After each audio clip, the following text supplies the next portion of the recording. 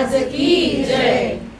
अनंत कोटी ब्रह्मांड नायक राजाधिराज योगीराज अक्कलकोट निवासी आमच्या घरी निवासी जगद्गुरु श्री स्वामी समर्थ महाराज की जय। दर गुरुवारी एक व्हिडिओ करायचा असं एक मनात कुठेतरी निश्चित केलंय। मनात आपण निश्चित करतो, पण करते करविते ते असल्यावर ते ठरवतात की ते करायचं का नाही करायचं। जसं आजची घटना घडली की अचानक एकांचा फोन आला रत्नागिरीवरनं, गणपतीपुळ्यावरनं, की मला आंबे आणून द्यायचे आणि महाराज म्हणले या वर्षीचा माझा आंबा महोत्सव कुठे, तू केला नाही आहेस तो आंबा महोत्सव। म्हणलं माझ्याकडनं चूक झाली। ते गणपतीपुळ्यावरनं आंबे द्यायला इथे आले आणि मग त्या आंबा महोत्सवाच्या सगळ्या कार्यक्रमाला सुरुवात झाली नियोजन करण्यामध्ये। आणि मग अचानक एकानं फोन केला, त्यांनी सांगितलं की अरे माझ्याकडे आत्ता भरपूर आंबे आलेत, मी घेऊन येतो। आणि असं करत तो आंबा महोत्सवाचं काल रात्री निश्चित झालं आणि मग त्या कामाला सुरुवात झाली। आणि जसं महाराजांनी नियोजित केलेलं असतं त्याप्रमाणेच ते करून घेतात। आज मस्त आंब्याच्या सगळ्या बहारदार याच्यामध्ये ते बसले आहेत आणि जसं जसं ते सुचवत गेले की असं करा, तशी रचना करा, अशा पद्धतीने ते करा, तसं तसं ते सगळं रचत गेलं। आणि नंतर मगाशी अक्षरशः 4:15 ही सगळी सिच्युएशन एकदम छान बसली आणि आम्हाला बरं वाटलं की आता मनाला समाधान वाटते की महाराज खरंच आंब्याच्या गाभाऱ्यामध्ये बसलेत आणि आता ते खूप सुंदर दिसत आहेत। आणि मग म्हटलं महाराज एवढ्या आंब्याचं करायचं काय, आता मी हे जाहीर करते पुढच्या गुरुवारी आमरस खायला यायचं। कारण महाराजांनी सांगितलं जो प्रसाद माझ्यासाठी असतो तो माझ्या भक्तांसाठी असतो, तो कदा मी एकटा खात नाही। एकटा खाण्याची पद्धत वेगळी असते, पण जो माझ्या इथे येतो स्वामींच्या घरी जो प्रसाद येतो तो स्वामींचा प्रत्येक भक्त खातो, त्याच्यापर्यंत तो पोचलाच पाहिजे, तिथपर्यंत जाऊन तो गेलाच पाहिजे। म्हणून आपण पुढच्या गुरुवारी स्वामींच्या या आंब्याचा रस करून प्रसाद म्हणून देणार आहोत। आता त्याची रचना एका बाजूला सुरू आहे आणि मग पुढच्या गुरुवारी महाराजांनी ठरवल्याप्रमाणे एक उत्सव राहिला आहे, तो म्हणजे मोगरा उत्सव। तो पुढच्या गुरुवारी महाराजांचा मोगरा उत्सव असेल आणि त्यात योगायोगाने अधिक मास आहे, त्यामुळे इतकं ते सगळं त्यांनी नियोजित केलेलं सगळं असतं। आणि आणखीन एक मुहूर्त आहे त्या दिवशी गुरुपुष्यामृत आहे, म्हणजे हे सगळं महाराजांनी इतकं नियोजन केलेलं असतं की मला आत्ता जसं मी खाऊन पिऊन छान आनंदात आहे तसं मला मोगऱ्याच्या वासामध्ये ठेवा। आणि तोही घमघमाट अतिशय इतका असतो की माहिती नाही किती हजारो फुलं महाराज मागवतात आणि त्या मोगरा उत्सवात त्या दिवशी पुढच्या गुरुवारी तो मोगरा उत्सव पण आपण करतो आहे। जसं आता हे सुरू होईल तर आपल्या रविवारपासून अधिक मास सुरू होतो। मधले तुम्ही काही जण होतात ते आपलं महाराजांच्या अभिषेक पादुकांचे सुरू होते। अधिक मासात पण पादुकांचे अभिषेक असतात, पण ते कशा प्रकारे महाराज नियोजित करतील अजून त्यांनी निश्चित केलेलं नाही आहे। कारण आपल्याकडे महाराजांनी जसं सांगितलं तसं अधिक मासामध्ये इथे महाराजांच्या घरी मेहुण जेवण पण असतं। हे खूप वर्ष अक्षरशः लॉकडाऊनच्या आधीपासनं हे सुरू आहे कार्य। तेव्हाही महाराजांनी कितीतरी मेहुण इथे पाठवले, त्यांचं पूजन करायला लावलं आणि जे काही विधिवत मेहुण म्हणून अधिक मासामध्ये ज्या गोष्टी होतात त्या महाराज या घरी करून घेतात। तर आता हे सगळं नियोजन मी ग्रुपवर टाकीन, पण आता हळूहळू त्याला म्हणतात ना आपलं सण सुरू होतील। अधिक मास झाला, श्रावण आला, श्रावण झाले की दही अंडी आली, मग गणपती बाप्पा आला, मग परत नवरात्राच्या दिशेने आपण असं करत करत परत येऊन पोहोचवते महाराजांच्या प्रगट दिनापर्यंत। असा आपला उत्सवाचा काळ आता परत एकदा सुरू झाला। पण सगळ्यात महत्त्वाची गोष्ट खूप जाणवली यावेळेस की काल एक मनाला एक चुटूक लागून गेली आणि एक प्रश्न मनाला भेदून गेला की आता खाली अनेक जण प्रश्नासाठी आलेले असतात, अनेक जण मेसेज टाकतात प्रश्नासाठी। तर मला जेव्हा महाराज सांगतात की या व्यक्तीला नाही बोलवायचं प्रश्नासाठी, तिथे थांबवायचं, त्यांनी इथे नाही यायचं, त्यांनी अक्कलकोटला जायचं, इथे प्रश्न नाही विचारायचे, त्यांनी अक्कलकोटला कोणाकडे जायचं ते काय मला माहीत नाही, स्वामींकडे जायचं आणि दर्शन घ्यायचं। पण तेव्हा एक प्रश्न मनात आला, त्या एका माणसाच्या उत्तरामुळे त्यांनी मला विचारलं की मी तर स्वामी भक्त आहे, मी स्वामींची उपासना करतो, मी स्वामींचं नामस्मरण करतो, तरी मला महाराज प्रश्न विचारायला का नाही सांगतायत। या प्रश्नाला येऊन अडकल्यानंतर जेव्हा महाराजांना विचारलं की महाराज तुम्ही तुमच्या भक्तांनाच का अडवताय, जे तुमचे भक्त आहेत त्यांनाच तुम्ही का थांबवतायत, तेव्हा महाराजांनी एक मार्मिक प्रश्न विचारला की माझे भक्त म्हणजे काय. मी कुठल्या कन्सेप्टमध्ये महाराज विचारताय ते मला कळलं नाही, पण महाराजांना म्हटलं भक्त म्हणजे भक्त. आमच्यासारख्या सर्वसामान्य माणसांना भक्ताची कन्सेप्ट नाही आहे की आम्ही कसे भक्त आहोत हे आम्हाला माहिती नाही आहे. मग महाराजांनी सांगितलं नामस्मरण करणाराही माझा भक्त आहे, माझी पोथी वाचणाराही माझा भक्त आहे, माझा नामाचा उच्चार करणाराही माझा भक्त आहे, आणि माझ्या शिव्या खाणाराही माझा भक्त आहे, आणि मला शिव्या देणाराही माझा भक्त आहे. कारण नास्तिक पण महाराजांचा भक्त आहे असं महाराज म्हणतात. महाराजांनी कधी आस्तिक आणि नास्तिक अशी विभागणी कधी केलीच नाही. नास्तिकालाही महाराजांनी आस्तिक केलं असे महाराज. मग महाराजांना म्हटलं मग भक्त म्हणजे आम्ही काय करायचे. महाराज म्हणले माझ्या विचारांचा प्रसार करायचा तर तुम्ही माझे भक्त आहात. स्वतःच्या प्रश्नापुरता अडकून राहणं ही माझी भक्ती नव्हे. माझी भक्ती म्हणजे काय, माझे जे विचार आहेत, माझ्या ज्या कथा आहेत, माझ्या ज्या लीला आहेत, आणि माझं जे वास्तव्य आहे, माझं जे अस्तित्व आहे हे तुम्ही लोकांना सांगणं, म्हणजे तुम्ही येताना तुमच्याबरोबर 2 भक्त घेऊन येणं म्हणजे महाराजांची भक्ती. ही कन्सेप्ट जर क्लिअर झाली तर महाराजांच्या भक्तीला काहीतरी अर्थ राहील की चल मी जो माझा गुरु मानलाय ना तो बघ तुझ्या आयुष्यात कसा बदल करतो. आणि जर हे आपण करू शकलो, त्याच्याकरता महाराजांचं नामस्मरण करण्याची गरज आहे असं नाही, तर महाराजांवरती विश्वास ठेवण्याची गरज आहे. नितांत आणि अतिशय नितांत विश्वास की चल मला माहिती आहे ना मी आज जरी संकटात असलो तरी संकट दिलंय स्वामींनी आणि तारणाराही स्वामीच आहेत, पण तू तिथे चल, तुझं संकटही स्वामीच घालवतील आणि तुला लाईनीवर पण स्वामीच आणतील. जर एवढी दृढ विश्वास जर महाराजांवर असेल तर ती महाराजांची खरी भक्ती. अन्यथा नाममात्र नामस्मरणाला किंवा एखाद्या छोट्याशा गोष्टीला भक्ती हा खूप मोठा शब्द लागू नाही पडणार. तर मला अक्षरशः महाराजांनी कालपासून असं हे करून टाकलं की आता तुला कळलं का की भक्ती म्हणजे काय असतं. मग खरंच तुझ्याकडे येणाऱ्या जे स्वामींच्या घरी येणारे, माझ्या दर्शनाला येणारे किती लोक आहेत की त्यांच्यावर ते दर गुरुवारी 2 माणसं घेऊन येतात. ही साखळी नाही. म्हणजे मी आता तुला श्री स्वामी समर्थ पाठवलंय, तू आता 11 लोकांना पाठव, ही ती साखळी नव्हे. किंवा तू 11व्या स्वामी समर्थ म्हणजे मी पावीन, ही साखळी ती नाहीये. महाराजांवरचा अटळ विश्वास हा दुसऱ्यालाही तितक्या प्रमाणात अटळपणे दाखवणं ही स्वामी भक्ती आहे. तर मला वाटतं तुम्ही जर या लाईनीत आलात म्हणजे खूप वेगळ्या पद्धतीने, म्हणजे आता आपण काही विषय नेहमी ग्रुपवर टाकत असतो, जे महाराजांच्या घरात काही बदल करायचे असतात, तर मी अनेक लोक ग्रुपवर टाकते तेव्हा अनेक लोक मला त्याला रिप्लाय देतात. पण मी त्यांना एकच सांगते की सगळ्या गोष्टी या महाराजांच्या घरी महाराजांच्या आज्ञेने होतील.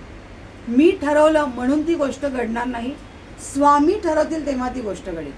आणि माझा अटळ विश्वास आहे महाराज कधीही कुणालाही कुठल्याही खड्ड्यात, धोक्यात, दुःखात असं कधी घालत नाही. दुःख, धोका हे आपण निर्माण केलंय आपल्या चुकीच्या गोष्टींमुळे, निर्णयांमुळे. पण तोच तर निर्णय चुकला आहे हे आपल्याला कळल्यामुळे आपण स्वामी मार्गात आलोय. आणि त्याच्यामुळे महाराज तुम्हाला त्याच्यातनं मार्ग दाखवत आहेत आणि पुढे पुढे नेत आहेत. मग हे कार्य आपण निर्भीडपणे दुसऱ्याला सांगितलं तर ती स्वामी भक्ती निश्चित होईल.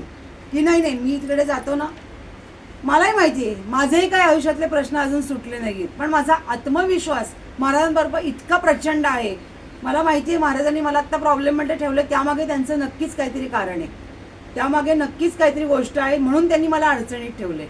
आणि हे सगळं होताना त्यांच्यावरचा या सगळ्या काळातला विश्वास हा खूप मौलिक आहे.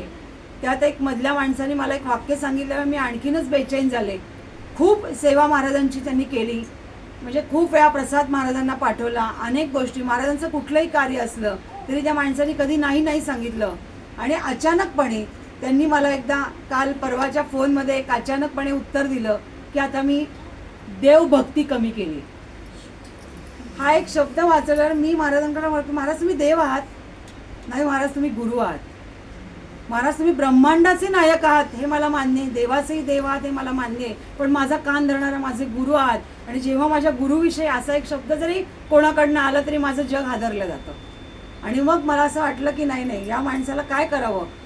महाराज म्हणले शांत बसायचं, वेळ आली की त्याचा कान धरून त्याला मी बरोबर घेऊन येईन. आता त्याला मी हादरवलंय, मी काय हा झटका दिलाय.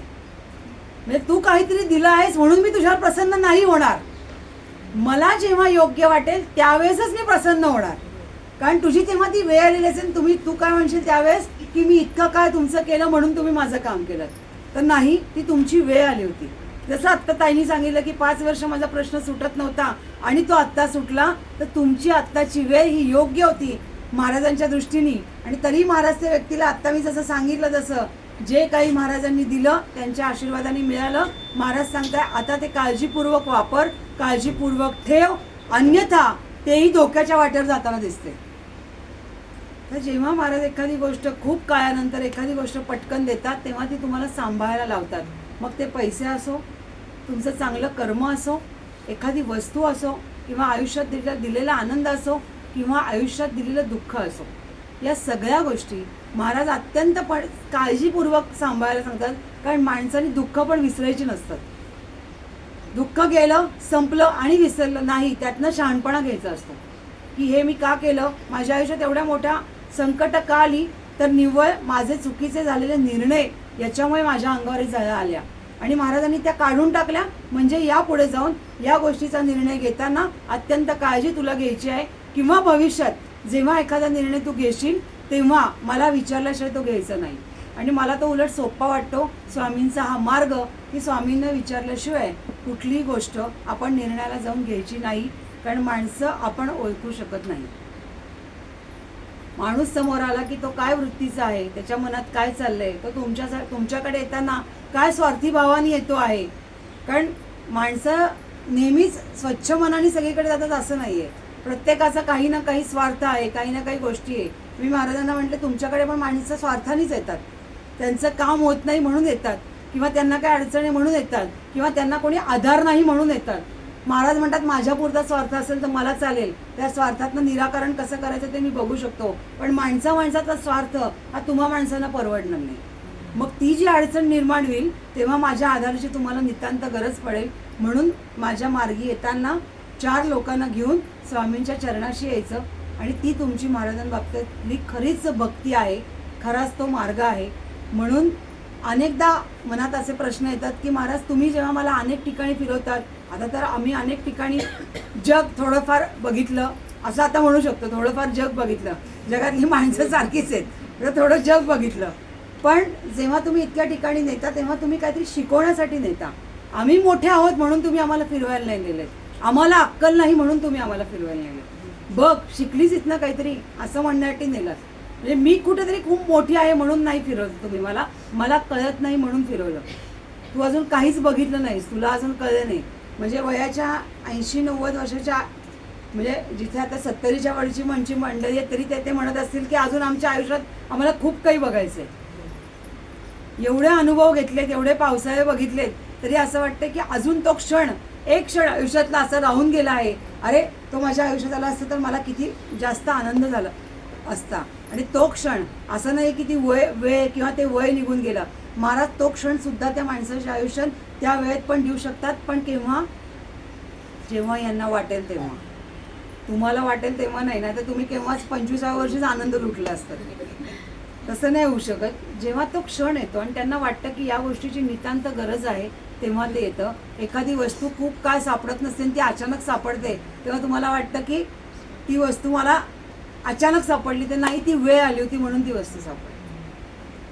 कारण त्या वेळेला, त्या गोष्टीला, त्या वस्तूची तुम्हाला गरज होती म्हणून ती सापडली. आणि इतके दिवस सापडली असती तर तुम्ही ती नीट ठेवली नसती, परत हरवली असती. त्याच्यापेक्षा महाराजांनी ती योग्य वेळ आल्यावर ती वस्तू तुमच्या हातामध्ये दिली, ती गोष्ट तुमच्या हातामध्ये दिली.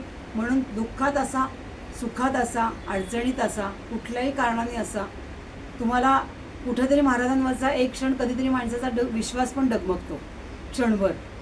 असं होतं, तुम्ही प्रामाणिकपणे कबूल करत नाही. पण एक क्षण असा आलतो आयुष्यात की माझं महाराजांवर आता आहेत, स्वामी आहेत, पण माझ्या बाबतीत काहीच करत नाही. तर असं नाही आहे. महाराजांच्या हृदयामध्ये, महाराजांच्या म्हणतात ना ठाई ठाई प्रत्येक स्वामींचा भक्त हा असतो. आणि म्हणून मी महाराजांना गमतीत म्हणते, गणपती बाप्पाचं जसं पोट मोठं आहे तसं तुमचंही आहे. तुम्ही सगळ्यांना सामावून घेतलं आहे आणि त्या सगळ्या सामावण्यालाच आम्ही म्हणतो की आम्ही तुमच्या छत्रछायाच्या खाली आहोत. आणि ते कधी आपण विसरायचं नाही. त्यांच्यावरचा विश्वास हा किती काही हो, हा डगमगू द्यायचा नाही, हे मात्र तुम्ही निश्चित करू शकता. आणि जर जमलं तर आपल्याबरोबर 2 लोकांना स्वामींच्या मार्गी आणू शकता. मार्गी म्हणजे अशा ठिकाणी मात्र नाही ज्या ठिकाणी दक्षिणा घेतली जाते मोठ्या प्रमाणात, ज्या ठिकाणी देणगी दिली जाते मोठ्या प्रमाणात. तो स्वामींचा मार्ग कधीच नव्हता आणि नाही आहे. पण ज्या ठिकाणी त्या व्यक्तीला किंवा तुम्हाला गेल्यावर समाधान वाटतं, त्या ठिकाणी त्या व्यक्तीला घेऊन गेलं, काय रे बाबा कसं वाटलं, तो म्हणतो हां छान वाटलं, प्रसाद खाल्ला छान वाटलं, मन माझं शांत झालं.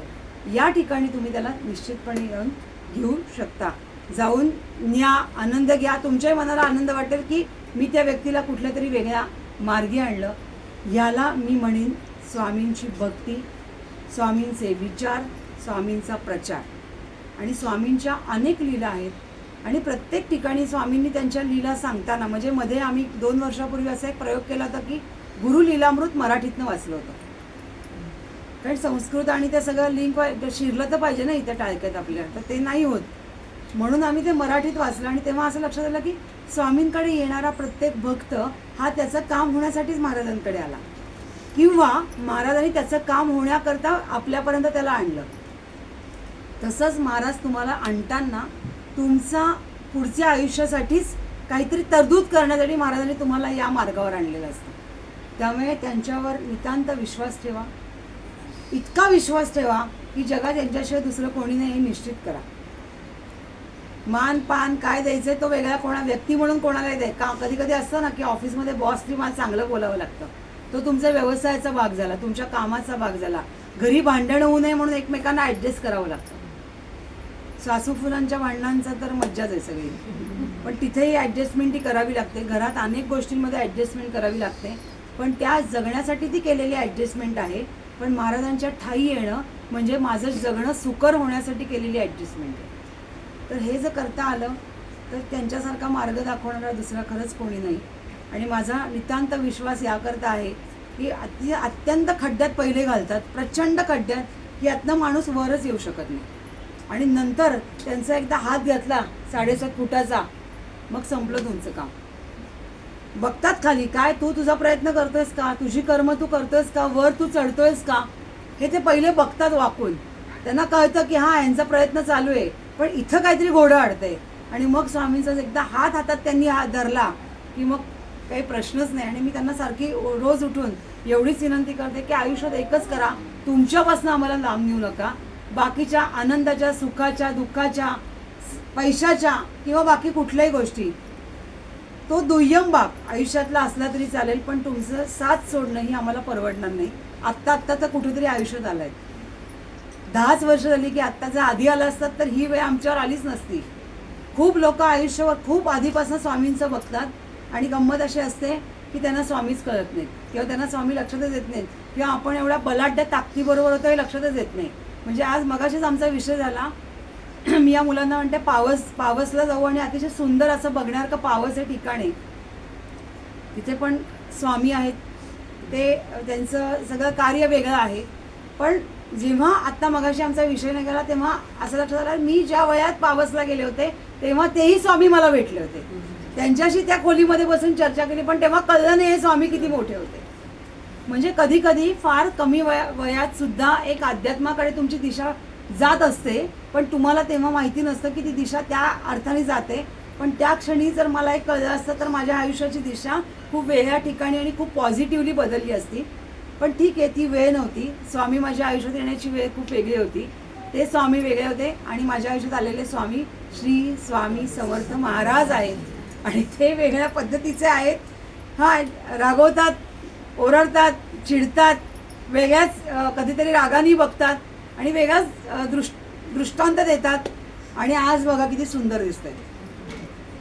त्यांचं जे आपण करतो ना, जी भक्ती ज्यांच्यासाठी करतो ती इतकी मोठी असते किंवा मौलिक असते, त्यांना ती खूप आवडते आणि त्याचा चेहऱ्यावर त्याचा पडसाद ते उमटवून दाखवतात आणि त्याचा आनंद आपल्याला मिळतो. असे आपले महाराज, आणि ही त्यांच्या भक्तीचा मार्ग.